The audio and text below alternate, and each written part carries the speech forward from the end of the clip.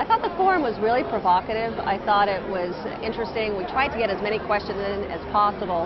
And one of the things about the format that was interesting was that there was like more than 3,000 people, but we tried to make an intimate setting with the two chairs, kind of in an Oprah-like fashion. I knew that Senator Clinton was not going to go for it. I knew she was going to jump out of her seat and start, working the stage and working the audience. That's exactly what she did.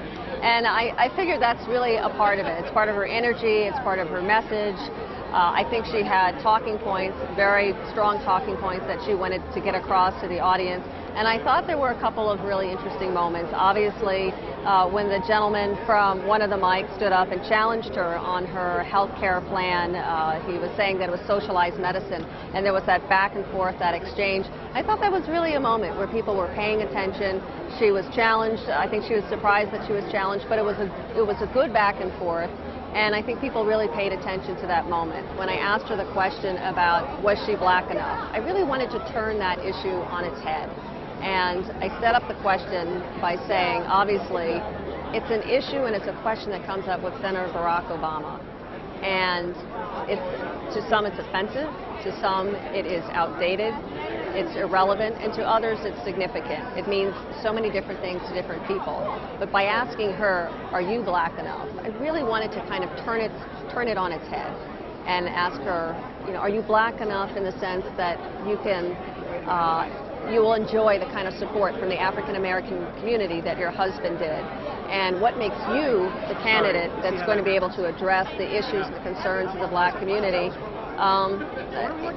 better than a black man, better than Senator Barack Obama? I think that's really the issue that people are trying to get at. And I appreciated Senator Barack Obama addressing that question as well, because what he said is that we need to get over the whole idea of racial identity when we're looking at candidates and their qualifications, and look at their qualifications. And that's the purpose of asking Senator Clinton that question, to really kind of make people think. What's the climate like between the candidates, in your opinion? Well, I think they're all right now being very polite in some ways. I think that they have not yet taken off the gloves. I think, treating each other with kid gloves. I think it's going to probably get more and more aggressive as we progress. We have seen, just in the last couple of weeks, a very different kind of, since the U2 debate, different kind of exchange between Barack Obama and Hillary Clinton. She has gone directly after him in terms of calling his foreign policy naive and that he's inexperienced. I think we're going to see more of that. I think it's something that her campaign feels that people are going to really embrace, and that there's inevitably going to be slip-ups. What was interesting today was to actually hear Senator Obama say, it's not a slip-up at all. This is my message. This is the direction I'm going. I challenge you on your experience. I thought it was very interesting that he actually talked about experience of Cheney, Vice President Cheney, and former Secretary of Defense Rumsfeld, saying their experience, look what ended up happening. It's bad experience, so that experience doesn't always mean good policy. I think that was a direct message to the folks, to the Senator Clinton folks.